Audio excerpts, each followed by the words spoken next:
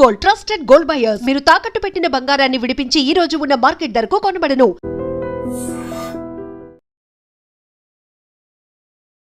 కొత్త సంవత్సరానికి grand welcome చెప్తూ ఎక్కడికక్కడే ఎవరి రేంజ్లో వాళ్ళు ప్లాన్ చేసుకుంటూ గ్రాండ్ సెలబ్రేషన్స్ చేసుకున్నారు. అయితే అంబేద్కర్ కోనసీమ జిల్లా అంతర్వేది బీచ్ దగ్గర మాత్రం తీవ్ర విషాదకరమైన ఘటన జరిగింది. అందరిలాగే ఆ ముగ్గురు స్నేహితులు కూడా చాలా హ్యాపీగా న్యూ ఇయర్కి వెల్కమ్ చెప్పాలి, 31st నైట్ని చాలా గ్రాండ్గా సెలబ్రేషన్ చేసుకోవాలనుకున్నారు. అయితే ఈ థాట్లోనే అతి జరిగింది. అతి అని ఎందుకు అంటున్నామంటే ఖచ్చితంగా చెప్పాలి.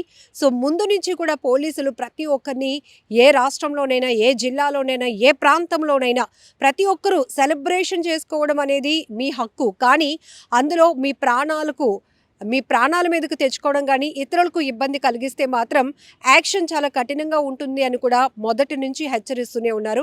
100% చెప్పాలి, ఎక్కడికక్కడే న్యూ ఇయర్ వేడుకలు ఈసారి మాత్రం చాలా బాగానే జరిగాయి. ఎక్కడికక్కడ పోలీసుల ఆంక్షలు, రూల్స్ అండ్ రెగ్యులేషన్స్ ఉండటం వల్ల కూడా ఎవరి పరిమితుల్లో వాళ్ళే సెలబ్రేషన్స్ కూడా కొనసాగాయి. కానీ వీళ్ళు మాత్రం ఇండివిజువల్గా తీసుకున్న ఒక డెసిషన్ ఒక వ్యక్తి ప్రాణాలను తీసింది అని చెప్పాలి. సో అంతర్వేది బీచ్ సమీపంలో ఈ ముగ్గురు బెంగళూరు నుంచి వచ్చినటువంటి ముగ్గురు స్నేహితులు నిమ్మకాయల శ్రీధర్, సాయినాథ్, గోపీకృష్ణ, వీళ్ళు ముగ్గురు కూడా ఒక కొత్తగా న్యూ ఇయర్ని సెలబ్రేట్ చేసుకోవాలనుకున్నారు. తప్పేమీ లేదు, బీచ్కి వెళ్ళాలి అనుకున్నారు. అక్కడికి మించిన బ్యూటిఫుల్ ప్లేస్ కూడా ఇంకొకటి లేదు. కాకపోతే మిడ్ నైట్ జీప్లో వాళ్ళు ఆ సాగర తీరం ఏదైతే ఉంటుందో అంతర్వేది బీచ్ దగ్గర ఉన్నటువంటి వాటర్లో వాళ్ళు వెళ్ళాలి అనుకునే ఆలోచన ఉంది చూడండి. అది ఎంత డేంజర్ అంటే ఇప్పుడు ఆ ముగ్గురులో ఒక స్నేహితుడు ప్రాణాలను తీసినటువంటి దుర్ఘటన జరిగింది.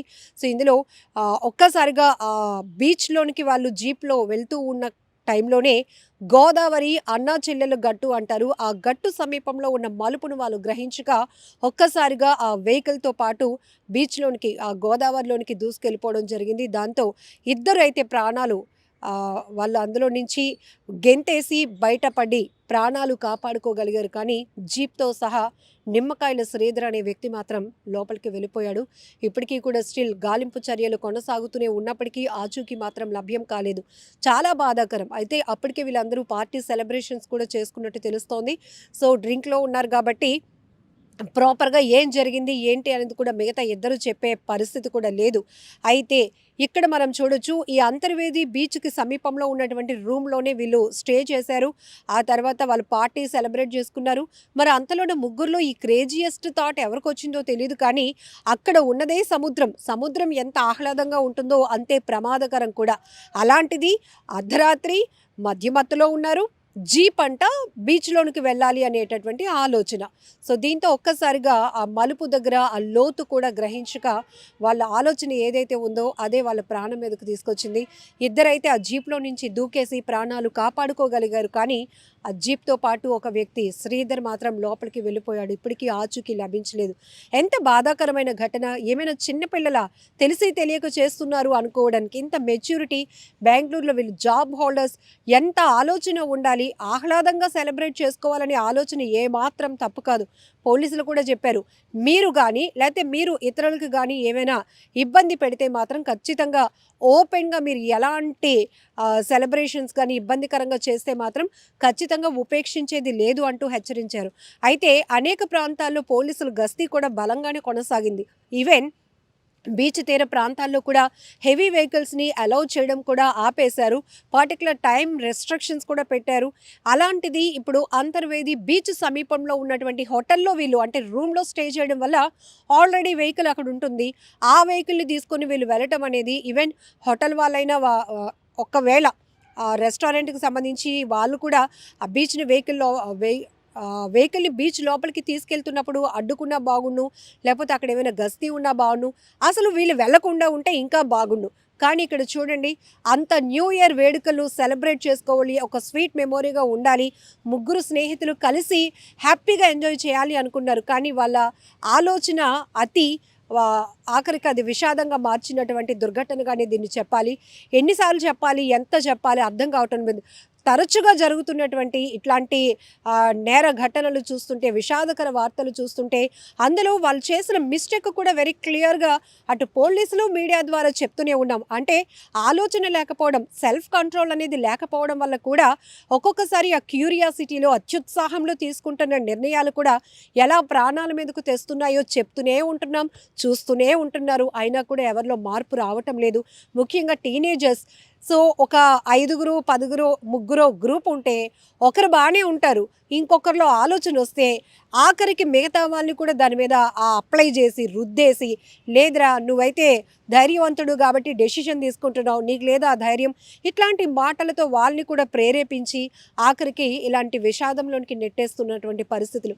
ఇక్కడ కూడా ముగ్గురు మెచ్యూరిటీ ఉన్న వాళ్ళే కదా, వాళ్ళకి తెలీదా అక్కడికి వెళ్తే ప్రమాదం ఎలా జరుగుతుందో?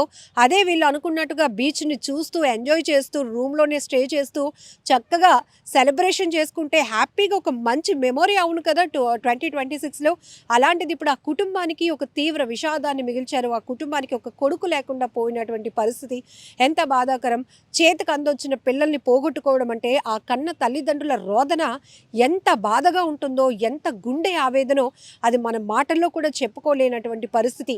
ఇక జాబ్‌లో సెటిల్ అయ్యారు అనగానే వాళ్ళకు మంచిగా పెళ్లి చేయాలి, పిల్లలు రావాలి, ఇట్లా సెటిల్ అయిపోవాలి, ఇక మన బాధ్యత తీరిపోయింది హమ్మయ్య అని అనుకుంటూ ఉంటారు పేరెంట్స్. ఒక టీనేజ్‌లోనికి మన పిల్లలు ఆడవాళ్ళు కావచ్చు, మగ పిల్లలైనా కావచ్చు, వాళ్ళు ఆ ఏజ్‌లోకి వచ్చారంటే విపరీతమైన స్ట్రెస్ తీసుకుంటారు పేరెంట్స్. మంచిగా చదివించాం, మంచి జాబ్ వచ్చింది, వాళ్ళకి పెళ్లి చేసి పంపిస్తే ఇంకా హ్యాపీ అనుకుంటారు. ఇంకా మన బాధ్యత తీరింది, మనల్ని వాళ్ళు చూసుకుంటారు, మనం రిలాక్స్ అవ్వచ్చు అని వాళ్ళు ఎన్నో కలలు కంటారు. అలాంటిదాన్ని పోయి కుటుంబాల కోసం మర్చిపోతారు. వెళ్ళిన చోట ప్రమాదం ఎలా ఉంటుందో కూడా గుర్తించడం కూడా ఉండదు. ఆఖరికి ఇట్లాంటి విషాదకర వార్తలు విన్నాక మాత్రం కేవలం బాధపడడం తప్ప ఎవరు ఏమీ చేయలేనటువంటి పరిస్థితి.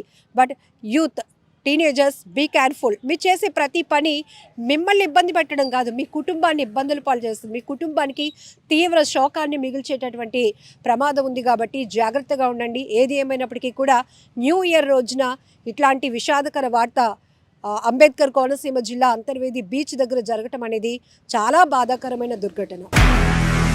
నిజంగా ప్రస్తుతం ఉన్నటువంటి సమాజం దేనికి ప్రయారిటీ ఇస్తుంది? ఆర్థిక సంబంధాల చుట్టూ మాత్రమే తిరుగుతోంది. మళ్ళీ ఎన్నికలంగానే చాలా విరక్తి కలుగుతున్నాం. మంచి అనిపిస్తుంది కదా, లేడీస్ కూడా ఛాలెంజింగ్ జాబ్స్ చేసినప్పుడు చాలా బాగుంటది. ట్రాఫిక్ అసిస్టెంట్స్ గా నియమించిన ట్రాన్స్జెండర్స్ అందరితో సాల్యూట్ చేయించుకుంటున్నారు. ఫుడ్ డెలివరీ ఇవ్వటానికి వెళ్ళినటువంటి డెలివరీ బాయ్ అనిల్ పై కళ్ళ ముందు